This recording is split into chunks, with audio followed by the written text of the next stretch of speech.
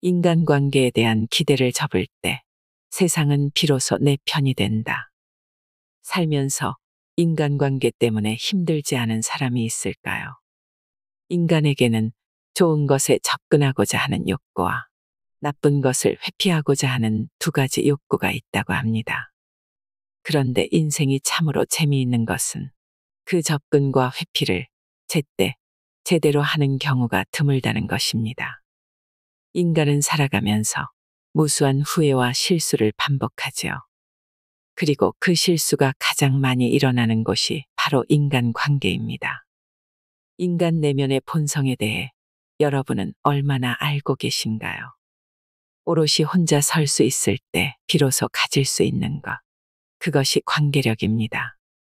오늘 소개해 드릴 책은 관계력입니다. 관계력의 저자 김단 작가는 누구에게도 의존하지 말고 누구도 지배하려 하지 말라고 합니다. 관계력 향상을 위한 9가지 조언과 함께 인간관계를 통찰하는 지혜를 찾으시길 바랍니다. 관계력 향상을 위한 9가지 조언. 진심만으로 모든 것이 해결되지 않는다.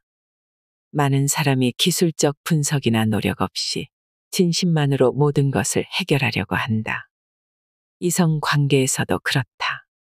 그러나 보이지 않는 진심보다 중요한 건 그 진심이 어떻게 표현되는가이며 그보다 중요한 건 상대가 나의 진심을 소화할 수 있을 타이밍을 알아보는 것이다. 사람마다 좋아하는 음식과 싫어하는 음식이 있는 것처럼 내 진심의 농도가 아무리 짙더라도 상대가 이를 소화하지 않으면 별 도리가 없다. 그렇다고 이러한 상황에 서글퍼할 필요는 없다. 결국 누군가는 내 진심을 소화해 줄 거라 믿고 긍정적인 태도를 견지해야 한다. 사실 진심보다 확실한 것은 타인의 우월성을 섭취하고자 하는 욕구다. 진정성, 일관성, 정직함 등은 하나의 우월한 정서적 차질일 뿐 그것이 모든 것을 해결해 주지는 않는다. 상대가 나의 진심을 알아보지 않는다고 느낄 때가 많을수록 그 에너지를 자신의 성장을 위해 써야 한다. 상황이 바뀌면 성격도 관계도 바뀐다. 누군가가 성공했을 때 태도가 달라지면 사람들은 변했다라는 한마디로 그를 비난한다. 그러나 상황에 따라 변하는 건 인간의 본능이다. 지갑 속 신용카드를 집에 두고 나오거나 충전기가 없는 상태에서 핸드폰 배터리가 다 닳아간다면 초조해지는 게 당연한 것처럼 말이다. 재산과 명예, 권력과 나이, 커리어와 역할 등이 변하면 자연스레 성격도, 태도도, 관계도 변한다. 정서적 영역을 포함한 어느 특정 부분에서 우월해진다면 나의 우월성을 공유하고자 하는 사람도 동시에 늘어난다. 그 풍요로움이 여유 있고 자신감 있는 태도를 만든다. 그러니 상황이 어려울수록 원망하고 비난하고 분석하기보다 상황을 바꾸기 위해, 우월해지기 위해, 풍요로워지기 위해 행동해야 한다. 우리는 누구나 상황에 취약하다. 그러나 우리에겐 상황을 개선할 수 있는 힘이 있다. 되도록 자신을 현재보다 좋은 상황에 두기 위해 노력해야 한다. 인간관계의 모든 문제를 일시에 해결할 수 있는 이상적인 모델은 존재하지 않는다. 그것은 허구다. 관계력을 키우기 위한 핵심은 먼저 자신이 변화하는 것이다. 상황과 관계는 변화하는 자신을 자연스레 따라올 것이다. 인간의 인정욕은 생각보다 크고 깊다. 회사 생활을 하다 보면 세상 모든 것에 초탈한 낚시꾼처럼 온화한 미소를 띠고 있는 중년의 상사를 종종 보게 된다. 욕심 하나 없어 보이지만 알고 보면 그의 인정욕 역시 결코 적지 않다. 그저 사회성이 뛰어나 자신의 인정을 겉으로 드러내지 않을 뿐이다. 그의 내면에도 채워지지 않는 인정에 대한 갈망은 분명 존재한다. 혹은 그 초연함 자체를 인정받고 싶어 할 수도 있다. 실제로 대화를 나눌 때 과묵하고 무뚝뚝한 사람이 메신저로 이야기할 때는 굉장히 수다스러운 경우도 많다. SNS에 포스팅하는 글이나 사진에서는 자의식이 과잉되어 있는 듯한 모습도 자주 볼 수 있다. 조용해 보이는 그의 입에도 고여있는 말이 많고 누군가 자기 이야기를 들어주기를 바라고 자신의 존재를 인정해 주기를 원한다. 매사에 온화하고 겸손한 사람은 타인들이 자신의 온화하고 겸손한 품성을 알아봐 주길 원한다. 미숙한 사람들은 그런 그가 한없이 너그러우리라 생각하고 정제되지 않은 말들을 쉽게 내뱉는다. 인정욕이 없어 보이고 겸손해 보이는 사람 역시 누군가에게 부정적인 평가를 받는다면 그 말들이 가슴에 오래 남아있고 그 말을 뱉은 사람에 대해 골몰할 것이다. 세상 누구나 자신을 둘러싼 평가에는 극히 예민하다. 긴장을 풀고 함부로 말해서는 안 된다. 입보다 눈이 예민하다. 한 개인이 인생을 살다 보면 필연적으로 수백, 수천 사람들의 행동을 관찰하게 된다. 눈으로 담는 정보에 비해 입으로 표현되는 양은 극히 일부다. 그 사람의 말투가 어눌하고 순박해 보인다고 해서 그 사람의 눈이 무딘 것은 아니다. 사람들은 어눌해 보이는 그의 모습에 편하고 투박한 말을 쉽게 던지지만 그 때문에 그는 무시당한다는 느낌을 자주 받는다. 입보다는 눈이 10배는 더 예민하다고 생각하자. 상대는 비교적 정확히 타인이 어떤 감정과 생각으로 자신을 대하는지 알아차린다. 이를 간과하고 그를 함부로 대한다면 추후 명분과 구실이 생겼을 때 자신을 하대한 타인에 대해 공격 반응을 보일 가능성이 높다. 호감을 사는 것보다 중요한 것은 미움을 사지 않는 것이다. 말을 제법 잘한다고 생각하는 나조차도 타인에게 내 의견을 충분히 전하지 못할 때가 많다. 그래서 글 쓰는 일을 업으로 삼았다. 하지만 주변 사람들은 내가 하는 말만 보고 내 역량을 가늠했다. 그들은 내가 인간관계에 관한 책을 쓴다고 했을 때 의아한 반응을 보였다. 겉모습만 보고 나에 대한 이미지를 고착화한 것이다. 말은 생각을 담는 그릇임이 분명하지만 그 그릇은 생각을 모두 담을 만큼 넓지 않다. 그러니 상대가 하는 말만 보고 상대의 생각이나 역량에 대해 속단하지 않아야 한다. 나약함과 겸손함은 별개다. 성격이 좋지 않아서, 게을러서, 꼼꼼한 성격이 아니라서라는 식으로 자신의 결점을 쉽게 노출하는 사람들이 있다. 일종의 자기 불구화 현상으로 결점을 고칠 노력은 하지 않고 그저 자존심의 상처를 미연에 방지하는 것만 신경 쓴다. 이는 자신의 결점에 대한 책임을 타인에게 전가하는 나약한 행동이다. 자신의 결점을 솔직함으로 포장해 스스럼 없이 노출하며 이해를 구하는 행동은 상대에게 불편감을 줄 뿐이다. 겸손함의 핵심은 자신의 역량보다 말과 행동을 축소해 스스로를 보호하는 것이지 자신의 결점을 노출하는 것이 아니다. 인간은 나약함에 반감을 품는다. 그나마 기대할 수 있는 감정은 동정심이지만 동정심은 호감과 다르다.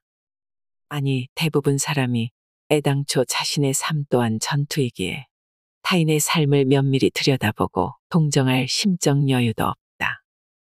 자신이 어려운 상황에 직면해 있으면 자신의 결핍을 말과 행동으로 드러내지 말고 이 결점을 극복하기 위해 노력하는 태도로 정서적 우월성을 드러내야 한다. 그게 상대를 내 편으로 만드는 길이다. 누구나 열심히 노력하는 사람들을 도와주고 싶어 하고 반대로 나태와 나약함을 혐오한다. 당신이 정말 열악한 환경에서 나태하게 지내는 사람과 상황을 타개하기 위해 노력하는 사람 중 누구를 돕고 싶어 하는지를 자문해보면 답을 알 수 있을 것이다. 우리는 타인을 도울 때 대개 정서적 보상을 바란다. 자신의 선행이 초래할 결과를 상상하고 이를 통해 자신의 향상욕을 채우는 것이다. 인간은 누구나 손실회피 성향을 갖고 있기에 자신의 선행이 어떠한 상황도 바꾸지 못하는 것을 견디지 못한다. 그래서 상황을 바꿀 수 있는 태도를 가진 이를 돕고 싶어 한다. 이는 사업과 투자에 있어서도 마찬가지다. 경제적으로 풍요로운 중년의 사업가가 청년 스타트업을 후원하는 이유 또한 자신에게 퇴색되어 가는 노력의 가치를 청년들을 통해 재발견하고 이를 통해 정서적 만족감을 느끼고자 하는 것이다. 불만족이 심해질수록 우리의 노력 또한 깊고 진해져야 한다. 마음이 변하는 것은 배신이 아니다. 인간의 마음은 상황과 시간의 변화에 따라 얄궂게도 쉽게 변한다. 애정도 변하고 기호도 변한다. 변하지 않는 한 가지는 인간의 마음은 변한다는 사실이다. 상실감이 두려운 사람은 이 변화를 쉽게 납득하지 못하고 과거의 끈을 붙잡고 상대를 원망하면서 세월을 보낸다. 그리고 끝내 마음이 어떻게 변하냐며 상대를 비난한다. 하지만 변화는 어쩔 수 없는 것이다. 친구와의 우정이 식을 수도 있고 사랑하는 상대가 차갑게 돌아설 수도 있다. 그러니 우리는 이 변화에 익숙해지고 받아들이는 연습을 해야 한다. 그리고 집착하지 않아야 한다. 직장에서 누구보다 가깝게 지낸 동료가 퇴사하는 순간 완전 남이 되기도 한다. 사회생활을 하다 보면 저마다 가면을 쓴 채 역할극을 하고 있다고 느낄 때가 많다. 자신을 포함한 누구나 자신이 쓸 가면을 선택할 권리가 있는데 타인의 선택에 과민 반응할 필요가 없다. 배신은 신뢰관계를 이용해 상대를 착취하는 것이지 단순한 변심과는 다르다. 10년을 알고 지낸 친구보다 3개월을 알게 된 친구와 더 가까워질 수도 있다. 그렇다고 해서 그가 오랜 우정을 배신한 것은 아니다. 사람의 마음은 간절함만으로 얻어지지 않을 때가 많다. 그 사람에 대한 생각을 많이 할수록 감정적 투자가 커져서 더욱 매달리게 되고 그러니 관계 역학에서 힘을 잃는다. 떠나가는 타인의 마음에 인위적인 힘을 가하는 것보다 중요한 것은 나 스스로가 매력적인 선택지가 되도록 그래서 상대가 오래도록 내 곁에 머물 수 있게 노력하는 것이다.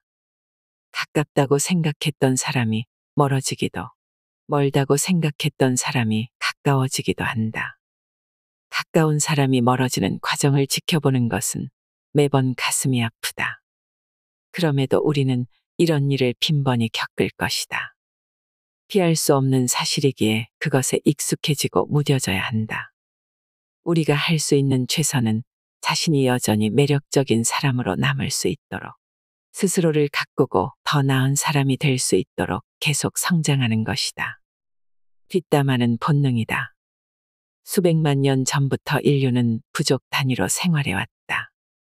그들은 홀로 사는 것보다 더불어 사는 것이 생존에 유리하다는 걸 일찍이 터득한 것이다. 종족의 유지 측면에서 우리의 선조들은 종종 내 타인에 대한 정보를 공유하는 문화를 발전시켜 왔다. 누군가가 종족에 위해를 가할 만한 행동을 하거나 반역을 모색한다면 그를 응징하거나 추방해 종족을 보존해야 했다. 그래서 타인을 화두에 올려 대화를 이어가는 것은 성향이라기보다 본능에 가까운 것이다. 뒷담화는 말 그대로 당사자가 없는 상태에서 담화를 이어가는 행위를 말한다. 그리고 그 행위는 우리가 방지한다고 해서 쉽게 없어지지 않는다.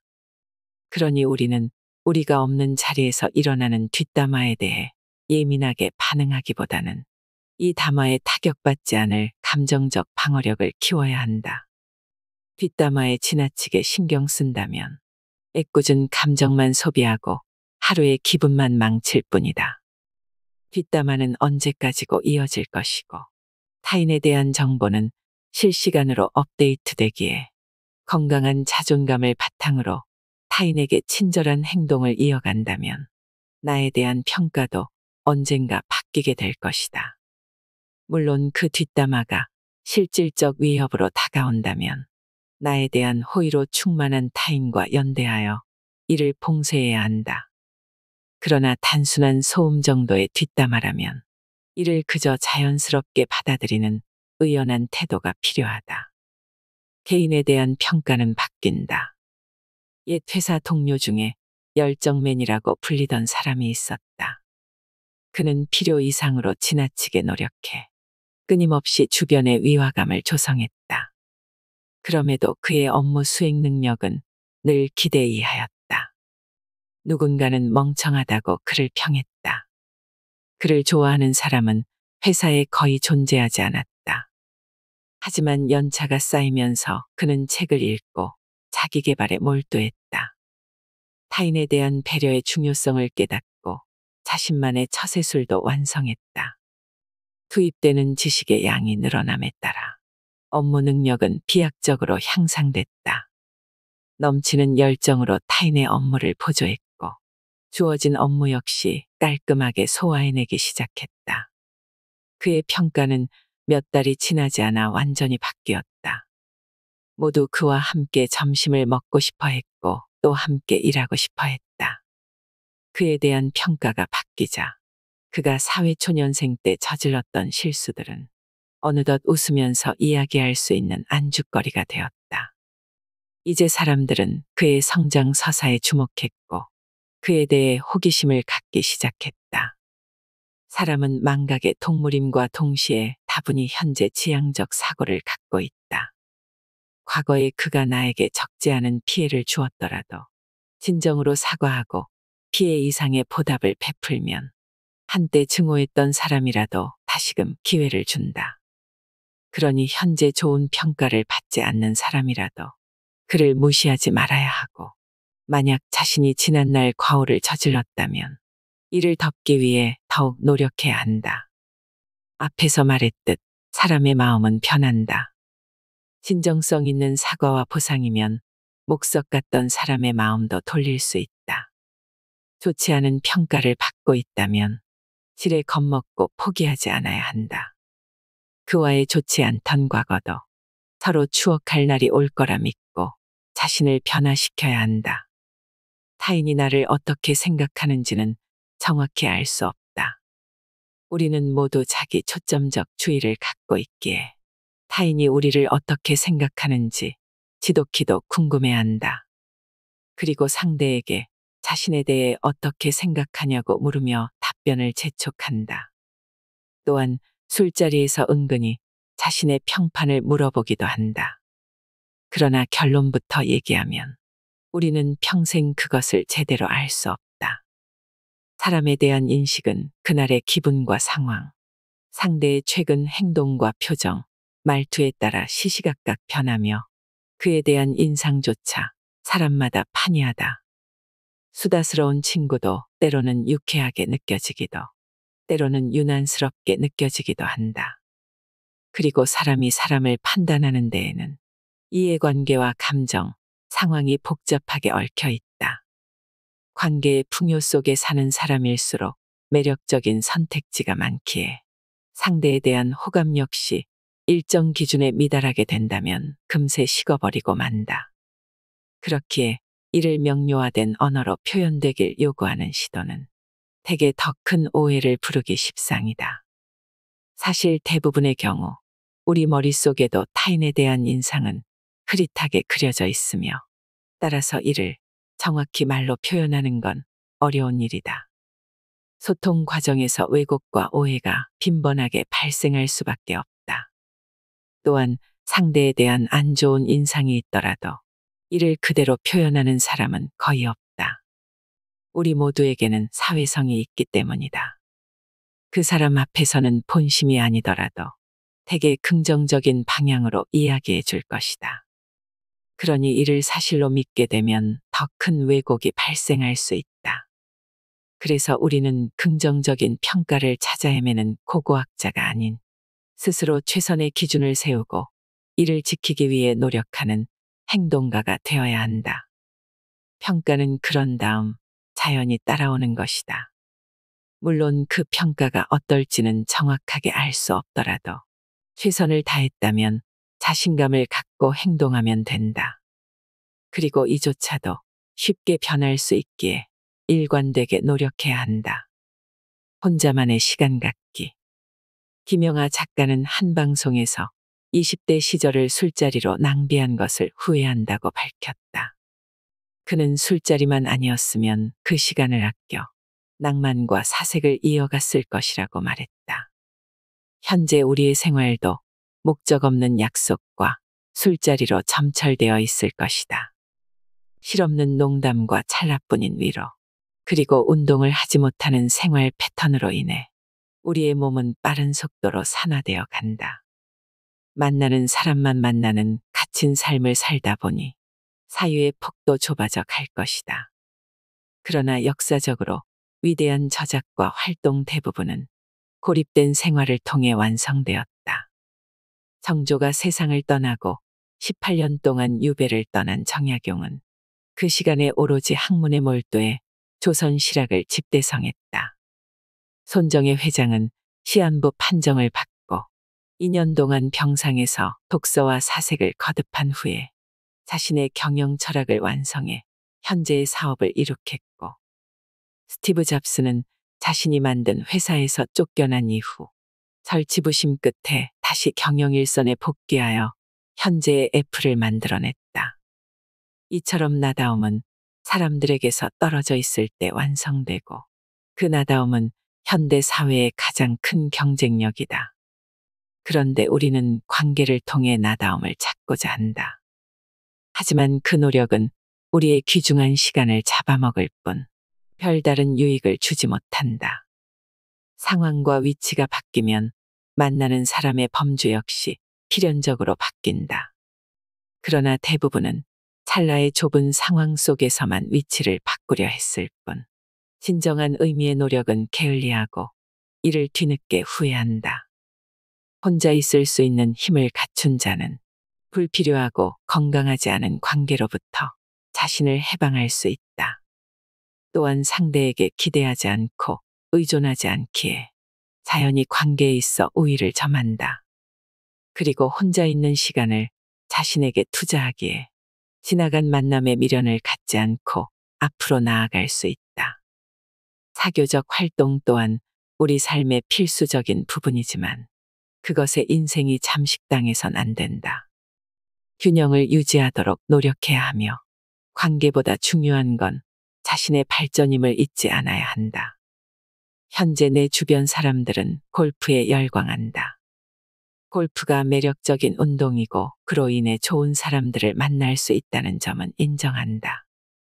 그러나 개인적으로 나는 라운딩에 소요되는 반나절의 시간 동안 지필과 사색에 힘을 쏟으면 더 많은 것을 얻을 수 있을 거라 믿기에 앞으로도 골프는 하지 않을 생각이다. 대신 혼자만의 시간을 확보해 개인적인 역량을 개발시켜 더 높은 이상에 다가가기 위해 노력할 것이다. 잃는 것도 있겠으나 만남은 찰나이며 내가 발전하는 것이 향후 더 좋은 관계를 맺을 수 있는 가장 확실한 방법이라 믿기 때문이다. 혼자만의 시간을 가지려 한다면 주변 사람들은 서운함을 표출할 것이다. 그러나 그 서운함도 감내할 수 있는 용기가 필요하다. 결핍이 있는 사람들의 목이 자신의 결핍을 노력으로 극복하면 상상 이상의 큰 힘이 발휘된다. 나는 아직 세상이 인정하는 압도적인 성과를 냈다고 할 순 없지만 그래도 나는 특유의 근면성으로 스스로 삶을 바꿨다는 사실만큼은 분명히 알고 있다. 그리고 이런 나의 행보가 나와 비슷한 결핍과 그늘을 가진 누군가에게 희망의 증거가 되기를 바란다. 인간 본연의 힘은 오롯이 혼자 있을 수 있는 능력이 있을 때 발휘된다. 뒤에 자세히 설명하겠지만 결론적으로 관계력은 누구에게도 의지하지 않고 혼자 있을 수 있는 능력이 갖춰져 있을 때 발휘된다. 혼자임을 자각하고 즐기는 사람은 쉽게 휘둘리지 않으며 부정적 영향을 끼치는 사람들도 자신의 삶에서 가볍게 밀어낼 수 있다. 그때야 비로소 관계 전반에서 협상력을 획득하게 되고 더 많은 시간을 확보하게 된다. 그 시간적, 심적 여유를 통해 자신이 하고 있는 일에 더욱 몰입할 수 있고 건강 관리를 비롯한 자기 개발에도 더욱 에너지를 쏟을 수 있다. 이런 시간이 쌓여 개인의 매력이 점점 커지는 것이다. 결핍이 큰 사람은 냉철하고 생각도 깊다. 1788년 프로이센에서 태어난 철학자 쇼펜하우어의 아버지는 일찍이 스스로 목숨을 끊었다. 자살하기 전 성공한 사업가였던 그의 아버지는 그를 인형처럼 조종했으며 냉대와 무시로 대했다. 부모는 매일 격렬하게 서로를 핥히었기에 그에게 의지할 것이라고는 철학밖에 없었다. 그의 어머니 요한나 헨리에테는 당시 인기가 엄청난 작가였고 남편이 죽자 살롱을 꾸려 자유연애를 즐겼다. 괴테는 헨리에테에게 당신의 아들이 유명한 인물이 될 것이라 말했고 그 말에 헨리에테는 한 가문에 2명의 천재는 없다며 아들을 질투하기 시작했다. 아들을 노골적으로 핍박했으며 끝내는 그를 계단 밑으로 밀어버린 적도 있었다. 그 일이 있고 얼마 뒤 쇼펜하우어는 고향을 떠나 자신의 염세주의 철학을 완성한다. 그는 인생은 고통과 권태 사이를 오가는 시계추라고 강변한다. 쇼펜하우어의 삶을 통해 알 수 있듯 성장기에 크나큰 고통을 겪은 이들은 나라는 존재는 무엇인가? 세상은 어떻게 구성되어 있는가와 같은 큰 질문에 남들에 비해 일찍 눈을 뜨고 쉽게 빠져드는 경향을 보인다. 자신의 고통을 이해하기 위해 관심과 사고의 범위를 무한히 확장하는 것이다. 그리고 그런 투쟁이 잘 이뤄지면 남다른 자신의 생각을 정립하고 매듭 지은 뒤 이를 구체화하는 단계로 나아간다. 가방 메고 학교 다니는 평범성과는 거리가 멀었어요. 책은 잡히는 대로 읽었어요. 중세 서양 철학사였습니다. 어르신들은 조그만 게 뭘 알겠냐면서 나무라셨지만 전 속으로 그랬습니다. 이해가 안 되니 읽지. 이해가 되면 책을 왜 읽나. 읽어둔이 필요할 때 저 자신이 대화의 숙주가 됩니다. 스스로 어둠이 걷히고 밝아지는 때가 와요. 요리도 책도. 임지호 셰프의 말이다. 그를 지금의 모습으로 만들어준 것은 요리 기술이나 재능이 아니라 그만이 가지고 있는 고유한 요리 철학이었다. 스티브 잡스의 생부는 시리아 이민자였던 압둘 파타 존 잔달리다. 1955년 잔달리는 여자친구 심슨이 임신했다는 사실을 알았다. 이후 결혼하려 했으나 심슨의 아버지는 잔달리가 시리아인이라는 이유로 격렬하게 반대했고 그렇게 태어난 스티브 잡스는 샌프란시스코의 잡스가로 입양되었다. 그러나 얄궂게도 잡스를 입양 보내고 불과 몇 달 뒤 심슨의 아버지는 세상을 떠났고 잔달리와 심슨은 마침내 결혼할 수 있었다. 스티브 잡스는 그를 버린 생부와 생모를 증오했으며 죽을 때까지 부모로 인정하지 않았다. 그런 그가 리드 칼리지 철학과에 입학한 건 결코 우연이 아니다. 쇼펜하우어가 가장 존경했던 인물이 부처였던 것처럼 그 역시 동양 철학에 심취했다. 한때는 오타가와 고분이라는 일본인 승려 밑에서 수행을 하기도 했다. 이런 과정을 통해 생각의 둘레를 넓힌 스티브 잡스는 그 남다름으로 자신뿐만 아니라 세상 자체를 혁신했다. 대학교 시절 투자 동아리에서 만난 한 선배는 아버지와 의절할 정도로 성장기에 큰 아픔을 겪었다. 그는 기본적으로 세상과 인간을 냉소적인 태도로 바라보았다. 그럼에도 그는 이를 냉철함으로 승화시켜 세상과 시장을 바라보는 자신만의 객관적 잣대를 마련하고 투자 공부에 지독하게 매달렸다. 이후 그는 시장의 흐름과 반대로 투자하는 역발상 투자로 이른 나이에 경제적 자유를 이뤘다. 현재 2 아들의 아버지가 된 그는 자식들에게 자신이 가진 결핍이 전해지지 않도록 누구보다 좋은 아버지가 되기 위해 노력하고 있다. 언제부턴가 연예인 부모들의 비투 문제가 여기저기에서 들린다. 심한 경우 자녀의 유명세를 이용해 사기 행각을 벌이기도 한다. 부모로서의 기본적인 윤리성조차 없는 것이다. 그러나 부모가 누구든 그 밑에서 어떠한 상황을 겪어왔든 이에 대한 원망으로 삶을 소진하는 것은 자신을 또 다른 낭떠러지로 밀어버리는 행위다. 과거에 대한 원망으로 바꿀 수 있는 것은 아무것도 없다. 쉽지 않겠지만 오롯이 현재를 살며 현재에 대한 노력으로 미래를 밝게 가꾸어 나가야 한다. 이를 위한 효과적인 방법은 부모가 된 자신의 모습을 상상하는 것이다. 내가 한 가정의 부모가 되어 자녀들에게 어떠한 아버지와 어머니가 될 것인지, 그리고 어떤 삶의 노하우를 가르치고 지지하고 애정을 보일 것인지 구체적으로 상상해 보는 것이다. 이는 불행한 가정사를 극복하는 데 큰 도움이 된다. 과거 자신이 겪어왔던 과정을 통해 좋은 부모의 역할에 대해 남들보다 조금 더 깊이 성찰할 수 있는 계기를 마련한다면 영원히 빠져나올 수 없을 것만 같은 어두운 기억들로부터 의외로 담담하게 벗어날 수 있다. 건강하지 못한 3가지 불안정 애착 유형 중 하나를 갖고 있다면 자기 안에 있는 좋지 않은 성격적 자질들을 자각하고 이를 고치기 위해 노력해야 한다. 그리고 자신이 가진 결핍을 메울 과업을 찾고 그 과업에 남들보다 더 깊이 매진해야 한다. 또 자신이 부모가 될 모습을 상상하며 과거에 대한 원망에서 벗어나야 한다. 이러한 과정을 성실히 수행한다면 불우한 과거로부터 해방될 것이며 관계에 있어 주도권을 가지는 강한 힘을 얻게 될 것이다. 건강한 관계력은 먼저 자신의 과거와 정면으로 마주하는 것으로부터 시작된다. 비뚤어진 향상욕의 배출.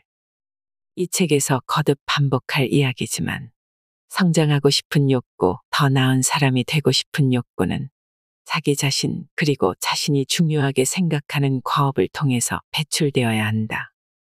그러지 못하고 자신이 해야 할 일을 찾지 못한 이들은 관계에 지나치게 의존한다. 관계의 허상을 갖고 상대에게 많은 것을 기대한다. 그래서 소설가 알베르 카미는 행복해지려면 다른 사람들과 지나치게 관계하지 말아야 한다고 조언했다. 무언가를 원하는 자와 원하는 바가 크게 없는 자가 협상을 벌이면 협상은 반드시 원하는 바가 없는 자에게 유리하게 진행된다. 자신의 과업에서 이미 향상욕을 충족하고 있는 사람들은 타인을 대할 때 대화에 집중하며 상대방 자체에 호기심을 갖는다. 그들은 대개 친절하고 경청하는 태도를 보인다. 구태여 관계에 있어 우위를 점하려 하지 않는다. 타인은 본능적으로 높은 사회성을 보이는 그들에게 끌린다.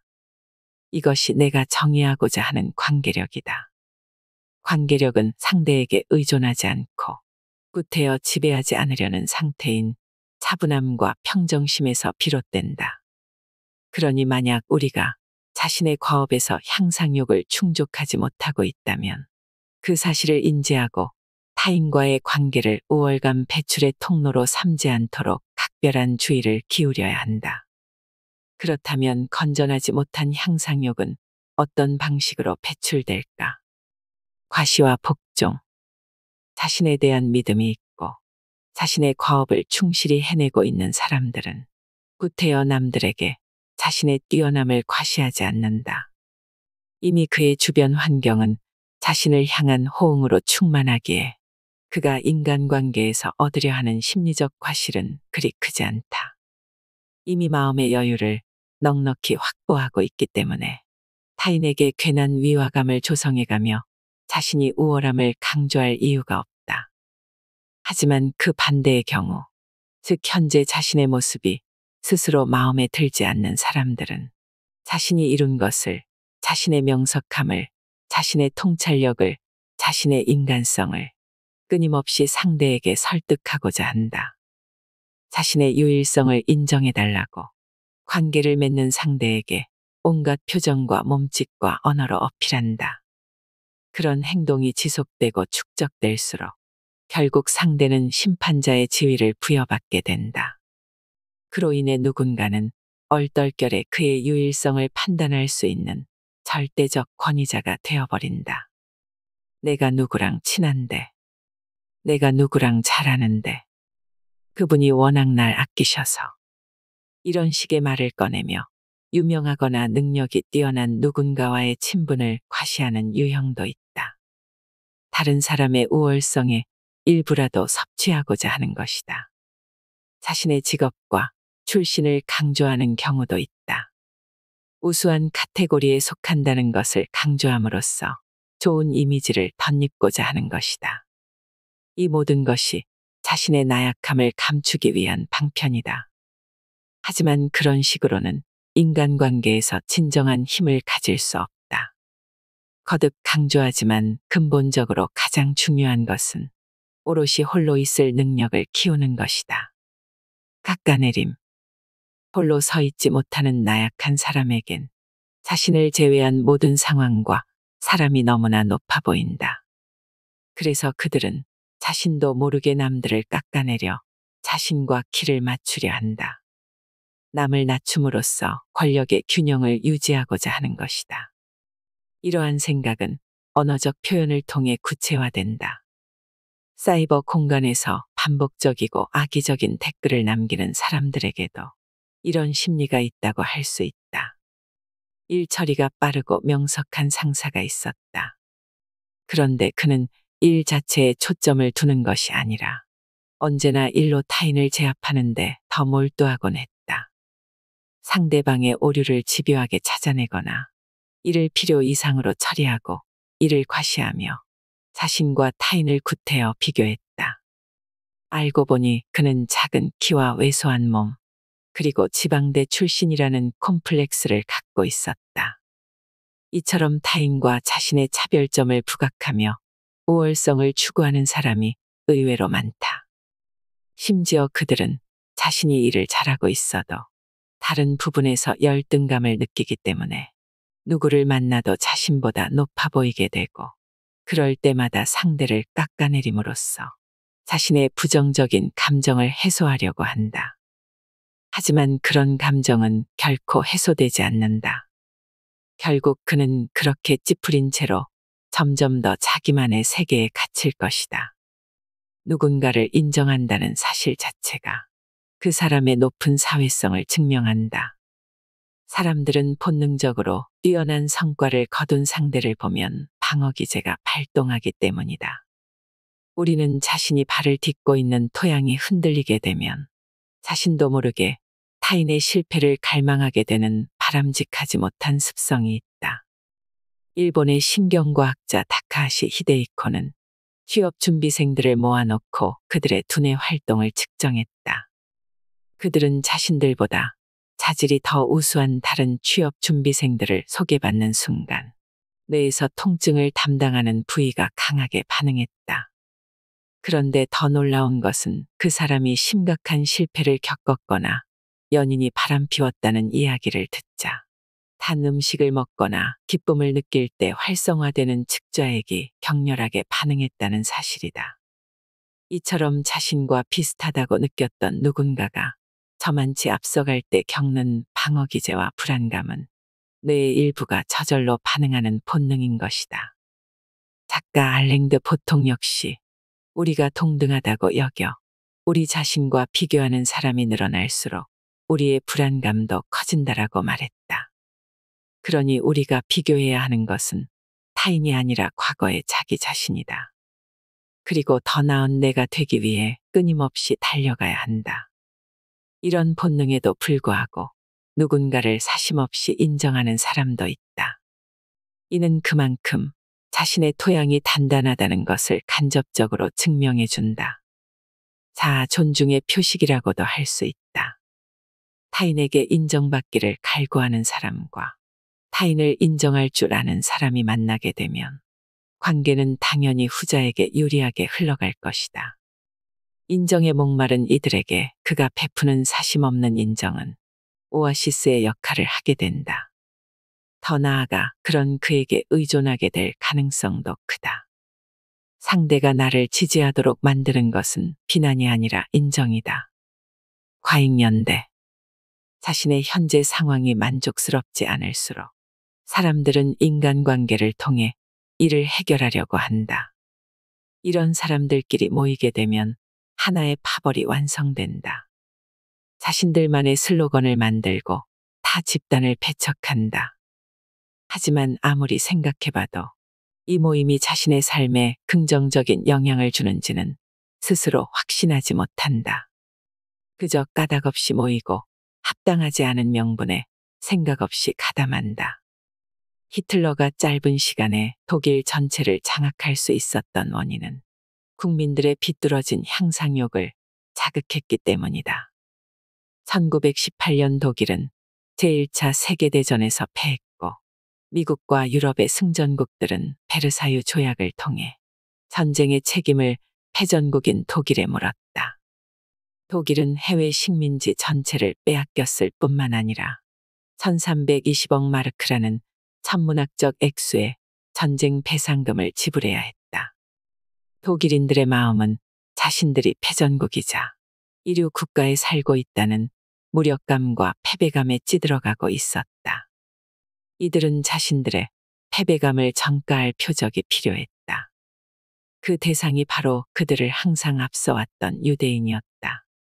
히틀러는 국민들에게 아리아인의 위대함을 인식할 것을 부추겼고 마음의 지지대가 필요했던 많은 사람은 자격 없던 히틀러의 말에 복종하기 시작했다. 그리고 별다른 문제의식 없이 유대인 학살에 동조했다. 그들은 자신들의 패배감과 무력감을 비뚤어지고 과잉된 연대감을 통해 해소한 것이다. 인류 역사에서 다시는 반복되어선 안 되는 극단적인 사례지만 인간은 자신이 처한 상황이 만족스럽지 않을수록 서로가 서로에게 기대는 공동체를 만들려는 경향이 강하다. 서로에게 자신의 힘듦을 토로하고 위로받는 것이다. 그러나 위로만으로는 아무것도 바뀌지 않는다. 위로의 효과는 잠시일 뿐 이를 바꾸는 것은 행동이다. 위로받는 시간이 행동하는 시간을 방해할 정도라면 오히려 이를 단칼에 잘라내야 한다. 회피와 단절. 아예 자기 주변 사람들을 다 우매하다고 판단해 그들과 거리를 두고 살아가는 사람도 있다. 적개심을 표면적으로 드러내진 않지만 자신의 가치가 주변 사람들보다 뛰어나다고 판단해 관계 맺기 자체를 포기한다. 타인과의 관계를 통해 자신의 이상적인 자아가 깎이는 것이 두렵기 때문이다. 과거에 이미 타인과의 관계에서 큰 상처를 받은 경험이 있을 수도 있다. 두려움 때문에 다른 사람들과의 관계를 단절하는 것은 누구에게도 의지하지 않고 오롯이 혼자 있을 수 있다는 것과는 완전히 다른 얘기다. 하지만 혼자만의 공간으로 도망쳐 있는 시간 동안 우리는 점점 퇴화한다. 그 시간이 길어질수록 세상이 보는 나의 가치와 내가 보는 나의 가치의 괴리는 더욱 커진다. 이러한 상황에서 배출되지 못하고 농축되어 오랜 시간 고여있던 향상욕은 타인을 향한 적개심으로 피어난다. 그렇게 현실과 괴리된 채 타인과 사회에 대한 비난의 화살을 갈고 닦는다. 물론 세상이 나를 인정해주지 않는다는 느낌이 들 때가 있다. 자기 안에 숨어있는 내밀한 가치들은 오롯이 나만 알 수 있다. 대부분 타인의 내밀한 감정까지 살펴볼 만한 여유는 없기 때문이다. 그러나 주목할 만한 사실은 그럼에도 사람들은 누군가의 가시적이고 압도적인 성취에 관해서는 관심을 기울이고 찬사를 보낸다는 것이다. 다면적으로 압도적인 결과물 앞에서는 누구도 반론을 제기하지 못한다. 왜냐하면 구성원 다수가 그에게 혹은 그의 결과물에 찬사를 보내고 있기에 사회성이 발동되는 것이다. 그래서 자신의 가치를 세상이 잘 몰라준다는 생각이 깊어진다면, 그럼에도 인정받고 싶은 욕심이 자꾸 생긴다면 관계에 집착하기보다는 혼자 있는 시간을 늘릴 필요가 있다. 그리고 이를 압도적인 성취를 위한 준비 기간으로 삼아야 한다. 니콜로 마키아벨리는 추방령을 받아 농가에 고립되었을 때 위대한 저작 군주론을 남겼고, 김만중은 숙종의 분노를 사서 떠난 유배지에서 한글로 쓰인 최초의 소설인 구운몽을 집필했다.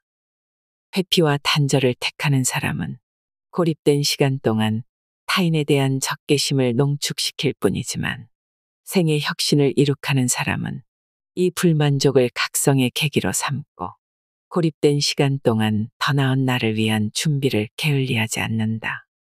세상이 나를 알아주지 않는다고 투덜대는 대신 묵묵히 자기 할 일을 하며 꾸준히 노력하는 사람은 향상욕이 강하게 있더라도 비뚤어지지 않는다.